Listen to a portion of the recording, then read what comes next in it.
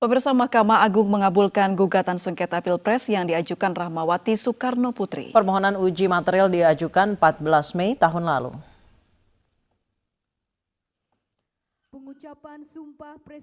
Mahkamah Agung mengabulkan uji material pasal 3 ayat 7 PKPU terkait penetapan pasangan calon presiden dan wakil presiden.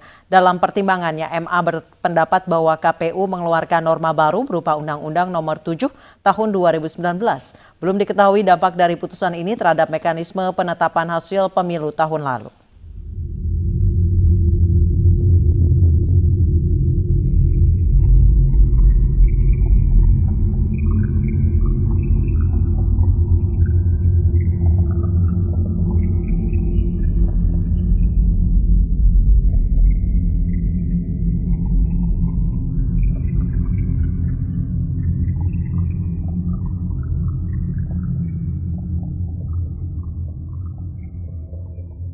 Bahkan KPU mencuri-curi waktu untuk mengumumkan.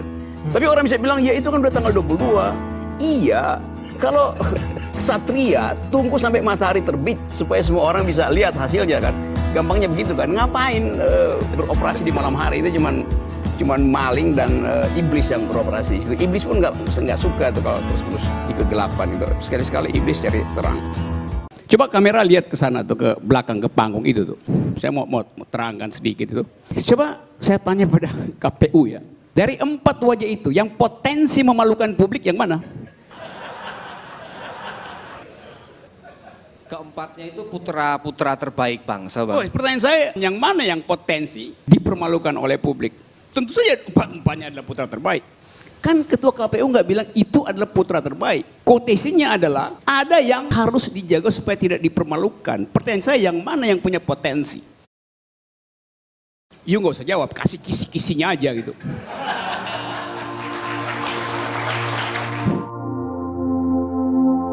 Permohonan yang dikabulkan adalah uji materi pasal 3 ayat 7 PKPU nomor 5 tahun 2019.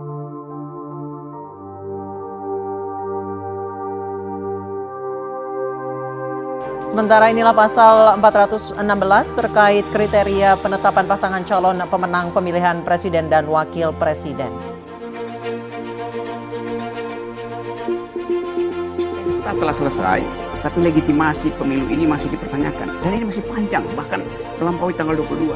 Itu ibarat meja pesta itu udah dirapikan, tiba-tiba orang lihat di bawah meja itu kok berantakan, ada tulang segala macam, sampah dibuang di situ. Saya tetap ingin agar supaya soal ini dibuka, karena bukan sekedar sensasinya, tetapi satu peristiwa yang di luar kebiasaan. Dari segi jumlah dan dari segi rumor, kita akan berlanjut dengan pembuktian akademis. Terima kasih.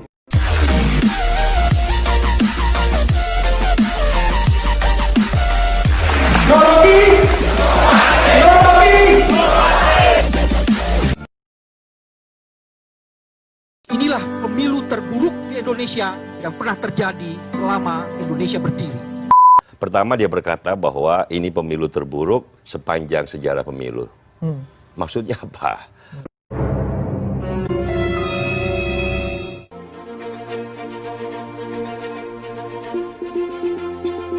Masalah etik pasti lebih tebal dari soal teknis. Dan itu yang saya khawatirkan. Kalau bekas goresan luka etis itu panjang, itu akan terus mendelegitimasi kekuasaan selama periode 7 bulan ke depannya juga. Jadi kita mesti cari formula. Paling nggak kita bisa apresiasi kehendak orang untuk cari keadilan. Jadi kepekaan itu yang nggak ada sebetulnya pada rezim. Rezim berupaya untuk meminta supaya nggak perlu ada people power, nggak perlu ada MK, langsung aja akui. Itu yang saya sebut arogansi.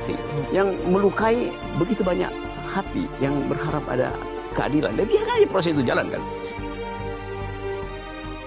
23,30% golput itu 2004. 2009 dia meningkat menjadi 27,45% golput. 2014 30,42%. Meningkat. 2019 dia turun menjadi 19,24%. Indikasi nyata kualitas demokrasi kita semakin baik. Iya dong. Kalau BW menyebutkan bahwa ini adalah pemilu terburuk, biar saja. Nanti biar kecoak juga akan tertawa atas pernyataan itu kan. Gitu dong. Gimana melihatnya? Ya, dan kecoak pasti ketawa dengan keterangan Ngabalin. Karena zaman Orde Baru golputnya 10%. Korea Utara golputnya 0 itu. Apa demokratis? Kalau kita bicara lagi ke Orde Baru lain lagi. Ya justru itu, ini juga bilang ukuran dari demokrasi adalah golput. Berarti semakin kecil golput semakin Iya, tapi demokratis. apa hubungannya dengan parameter Orde Baru? Orde Baru kami di penjara loh, Bung. Bodo amat. Bodo amat. Lo ngomong.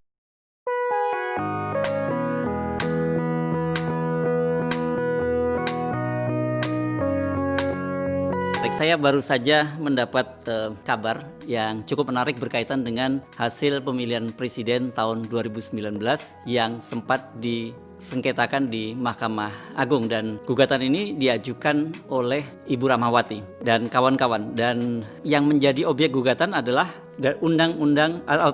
peraturan KPU nomor 5 tahun 2019 tentang penetapan calon presiden dan wakil presiden terpilih. Dan seperti kita ketahui dalam pasal 3 ayat 7 peraturan KPU nomor 5 disebutkan bahwa dalam hal hanya terdapat 2 pasangan calon dalam pemilu presiden dan wakil presiden, KPU menetapkan pasangan calon yang memperoleh suara terbanyak sebagai pasangan calon terpilih. Nah, objek keputusan KPU inilah yang digugat oleh Bu Rahmawati dan kawan-kawan. Beliau berdasarkan data yang saya punya, beliau melakukan register atau mendaftarkan gugatannya pada tanggal 14 Mei 2019, dan kemudian pada tanggal 21 Mei 2019 KPU memutuskan bahwa pemenang pemilu atau Pilpres 2019 adalah pasangan Jokowi Ma'ruf Amin. Nah, yang menarik kemudian Mahkamah Agung sudah memutuskan gugatan ini pada tanggal 28 bulan 10 tahun 2019. Tetapi kalau kita membuka direktori dari Mahkamah Agung, keputusan itu baru diupload pada tanggal 3 bulan Juli 2020.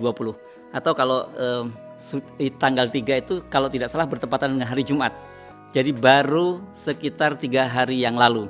Ini ada jeda yang cukup panjang antara keputusan dari Mahkamah Agung dan kemudian diupload atau dipublish ke publik pada tanggal 3 Juli 2020. Jadi ada sekitar jeda hampir 9 bulan. Ini cukup lama, padahal ini persoalan yang cukup serius. Mengapa? Karena objek persoalan ini menjadi menarik karena berdasarkan keputusan dari Mahkamah Agung disebutkan bahwa keputusan atau peraturan KPU tahun nomor 5 tahun 2019 itu bertentangan dengan Undang-Undang nomor 7 tahun 2017 tentang pemilu. Di dalam undang-undang itu diatur bahwa seorang pemenang pemilihan presiden itu harus memenuhi 3 kriteria setidaknya.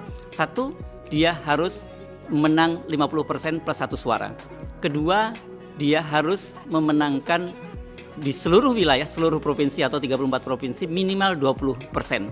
Dan yang terakhir, dia harus menang setidaknya di separuh plus 1 dari seluruh provinsi. Dari ketentuan undang-undang itu yang juga diatur dalam pasal 6A Undang-Undang Dasar 45, jadi ini bunyi antara Undang-Undang Pemilu dengan Undang-Undang Dasar 45 ini hanya copy paste, jadi sama semua. Ada 3 ketentuan tadi. Dari 3 ketentuan tadi, kalau kita cermati sebenarnya harusnya Jokowi tidak memenuhi ketentuan itu karena dia kalah di Sumatera Barat. Ada 13 provinsi yang kalah dan kemudian 2 provinsi Jokowi hanya memperoleh suara sekitar 14%. Kalau tidak salah ini datanya perlu saya buka. Di Aceh Jokowi hanya mendapat 14,48%, 14,41%. Sementara di Sumatera Barat lebih kecil lagi, jumlahnya aja 14,08%. Artinya sebenarnya dari ketentuan Undang-Undang Dasar pasal 6A maupun Undang-Undang nomor 17 tahun 2017 tentang pemilu, Jokowi tidak memenuhi ketentuan ini. Nah, yang jadi menarik mengapa kemudian yang kita pertanyakan mengapa putusan itu begitu lama dipublish, padahal kita tahu Presiden dilantik pada tanggal 20 Oktober 2019 dan kemudian putusan ini hanya sepekan berselang, tanggal 28 bulan 10 tahun 2019. Tentu ini akan menjadi objek yang cukup menarik bagi kalangan ahli hukum, terutama para pakar hukum tata negara. Diskusi-diskusi ini saya kira akan menjadi wacana publik di tengah situasi COVID yang sekarang sedang melanda. Nah, saya beberapa waktu ke depan akan coba terus mengupdate ini dan saya akan coba menghubungi Ibu Rahmawati sebagai penggugat dan juga tentu menarik kalau kita diskusikan dengan para ahli hukum tata negara.